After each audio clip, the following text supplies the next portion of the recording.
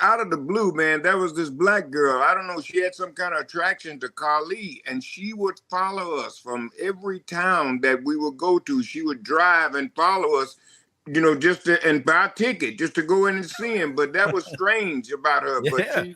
she would follow us. She followed us to almost 3 towns.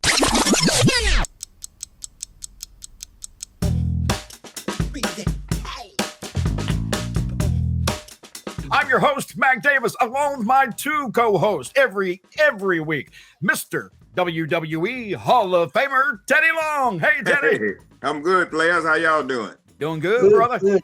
And our other co-host, he's here every week as well, pro wrestling journalist, Mr. Bill Apter. Hey, Bill. It is a pleasure to join you two astute gentlemen again this week. What do you want, Bill? He's after something. Oh my goodness. Some quick news, just tidbits. This is not something we're going to discuss too much, just some latest news. I want to mention that Vince McMahon had spinal surgery just recently. And of course, we all three here and everybody I hope that's watching this, wishing him well in his recovery, because I can't imagine having to go through that at that age. But hey, if anybody can do it and still kick its ass, it's Mr. McMahon, that's for sure. Guys, any thoughts about Vince and his surgery or anything that you may know about? Well, I don't know anything about it. I know just what you know is that I heard he did have the surgery. But like you were saying at the beginning, if anybody can overcome it, it's Vince. This guy's a fighter, and anything that he thinks is going to hold him down, he's going to dispute that. So, brother, he's a fighter. I'm telling you right now. So, yeah, he'll overcome all this. Unquestionably, get the doctors out of here. I'm leaving. I'm all better. Also in the news, Hulk Hogan engaged at 69. Wait a minute, that didn't sound right. Hulk Hogan got engaged at age 69. Guys, any thoughts about Hulk Hogan? How many? Is this wife number 3? Is that right? Okay. Yeah. Well, why not? Hell yeah. Things happen. There was problems with he and Linda after years of successful marriage and 2 terrific kids. Then that beautiful lady, Jennifer, they went out for a long time, and now he's with Sky. So, people, their relationships don't, it's unfortunately, and a lot of us old school people know that marriage is not the institution that it once was. Ask anybody that put them in an institution and they'll tell you. But it's not the same thing now. People move on and people change during marriage. People change. They're not the same you may have met when you first met them. So it happens. Congratulations. Much happiness to the brother Hulkster and Sky. Yeah, my thing too. Congratulations to Hulk, man. Ain't nothing wrong with. How old is the girl? Do you know any of you guys know that? Now, I'm not sure, but I do believe she's a little bit younger. We'll just leave it there. We all know that. We all know that. I don't blame him. How much? I just want to know how much younger. I don't really know. I think she's probably about his daughter's age. Did you catch that, Teddy? I think she's probably around his age. No, I think she's older than that. No, I think she's older than that. Anyway, congratulations to Hogan, and like I said, if he's got something nice and tender, congratulations, man. Amen. My thing is this: drop the balloons. That's it. What I want to know, the question for her is, what you gonna do when the Hulkster and his pythons, Sky, run all over you? God, that's well, I think he's already done that. That's what he did. One more quick news piece from this week. Pee Wee Herman has passed away. Yeah. Bill, you know Pee Wee, or have you ever worked with Pee Wee at all, or had a chance to talk to him? No, I have not. But when my son Brandon was growing up, he and I watched Pee Wee's Playhouse all the time. We had the actual Playhouse toy and everything, and I had to stand in the living room sometimes doing my, okay, Brandon, right now when I say homework, what do we do? He was, there was one incident that people remember him for, unfortunately, but everybody's got one little dark part of their life. He was an excellent entertainer. And he was terrific. He was, an all-around nice guy. Teddy, did you work with him at all? He was in WWE for a period of time because he did a little piece with Big Show, didn't he? I have no idea, brother. You did. Okay, I thought he did something. That just kind of rings in my head. And I thought Pee Wee had died years ago because I thought he had several strokes in the theater. Can we move on, please? Thank you. Yeah, what are you talking about? Don't ask, Teddy. Don't ask. Unfortunately, I got that. I know some people will. In the Cody Rhodes documentary, I got that too. We knew about the theater. Right. Yeah, we know all about the theater, Mac. Okay. In the meantime, when we're talking about people passing that were real characters, Adrian Street. Oh God, I don't even know how I forgot to write that down. Yeah, Bill, what do you know about Adrian? It doesn't matter. Adrian Street, 81 or 82 years old, and we talk about characters. And he was, in real life, he was such a gentle, well-spoken gentleman. He and his wife, Miss Linda, together just about forever. But he, in the true tradition of people like Gorgeous George, he was just incredible character, and one of the best technical wrestlers I have ever seen in my life. So rest in peace, Adrian Street. Teddy, did you know him at all? No, didn't meet him at all. I watched his work a little bit because he was around when I was, starting to break in, but I never got a chance to meet him. One of the most famous photographs that I remember as a young man that I saw was one with Adrian and his father. And it's a black and white shot coming out of a coal mine, if I recall.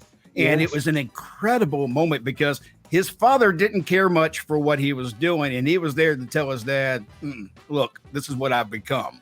And which was really good. But that photograph is a great shot. And it's one that it's almost like you would see it in a Life magazine. It's just incredible. Yes. And Nick Lombardi did an excellent piece on him on Sportskeeda, written, and Double K, Kevin Kellum, and SoCal Val did a video portion on him too. Good. Let me bring up the Cody Rhodes documentary. In that documentary, Triple H made a comment that a lot of people took offense to. And the comment was simply that he called AEW a secondary promotion. Now, he didn't say AEW, but he referred to Cody not wanting to win a championship in a secondary promotion. Bill, a lot of people have gotten mad saying that, that's just him discounting AEW again. And he's done that once before in NXT during the time of the wars of AEW when they first came in NXT. He made a kind of a smart, I think it was a pissant company. I think it may have been the comment he made back then, which fired up a lot of fans and got them behind AEW. Can this bite them in the ass by him saying and calling them a secondary company? Isn't it better just to ignore them? No, not at all. First of all, it was I watched the documentary, and it was amazing. And the fact that they even acknowledged AEW and had Young Bucks in it as well. But back 10, 15 years ago, you never would have seen any other promotion on WWE programming. So it was very brave of them to do this. On the other end, if you really think about this, WWE is still the brand name that most people know. If you ask somebody in the street to name a wrestling company, most of them will say WWE. There is nothing wrong at this part of where AEW is in the business as they're growing for them to be the secondary promotion in the world. There's nothing wrong with that. Teddy, do you agree? No, everybody's entitled to their own opinion. And you also got to look at this too. This is professional wrestling. Okay. This is what people do. You know what I mean? It's still, guys are working sometimes when they're really talking too. You know what I mean? So if that's how he feels that it's a secondary operation, then that's his opinion. He's entitled to that. It's just like me. I don't even watch it. So I guess some people get mad at me because, why you don't? Just that's how he feels. And I don't see nothing wrong with it. No, keep in mind also that WWE has a larger universe of television proliferation, online proliferation. So we'd have to see what would happen if the two of them were equal in all aspects of media. True. All right, WWE has announced a return to India, which is big news for India. And of course, Sportskeeda, our headquarters, is actually headquartered in India. So good news for them as well. It's called the Superstar Spectacular. It will take place on Friday, September 8th. And I'm wondering, it's not on the card, but in India, there's an individual there who is huge. And of course, we're talking about the Great Khali. Is there a possibility that we can see the Great Khali on WWE programming again?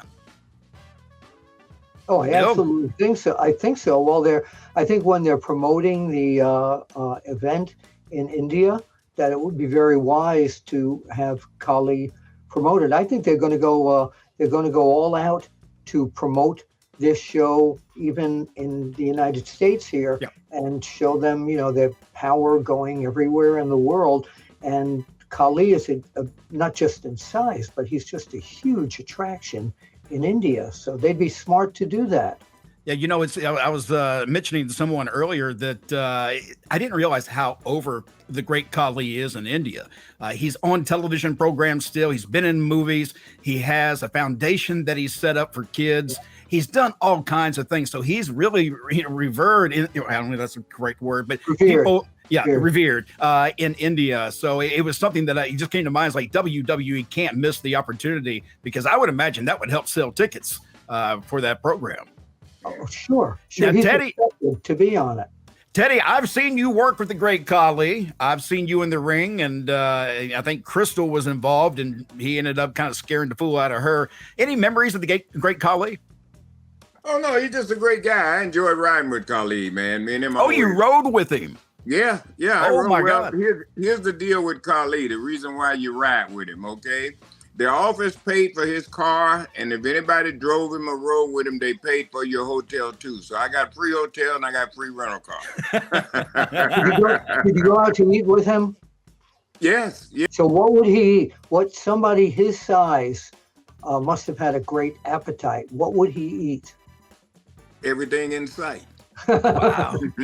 Wow. But like I said, he ate a lot, but he drew the line. He wasn't one of these guys that just stuffed himself, you know what I mean? But with his size, it takes a lot of food for him. Great story. Me and Khali was riding, we was doing the Carolinas, I believe. And just out of the blue, man, there was this black girl. I don't know, she had some kind of attraction to Khali, and she would follow us from every town that we would go to. She would drive and follow us, and buy a ticket just to go in and see him. But that was strange about her. But she would follow us. She followed us to almost 3 towns until I think Mike Kyoto was with me, until Mike smartened somebody up, the police or something, because we didn't really know what she was up to. So they had to investigate her to see why she kept following us around, but she just was in love with Khali. Oh my God. You sure she wasn't in love with you? No. Okay. Oh, and there's another story. We one day we was in Columbus, I think it was Columbus, South Carolina. We went to the gym, and there was this girl in the gym. She flipped out over him so much that she walked off, left her job, followed Khali back to the hotel. She followed us. She tried to get in his hotel room, but he wouldn't let her. So she ended up going back to the gym. So we went back there the next day, and they told her that when she got back, they had fired her. They had put all her stuff in a box, and they had it waiting on her because she walked off, left her job, trying to go with Khali. Oh, yeah.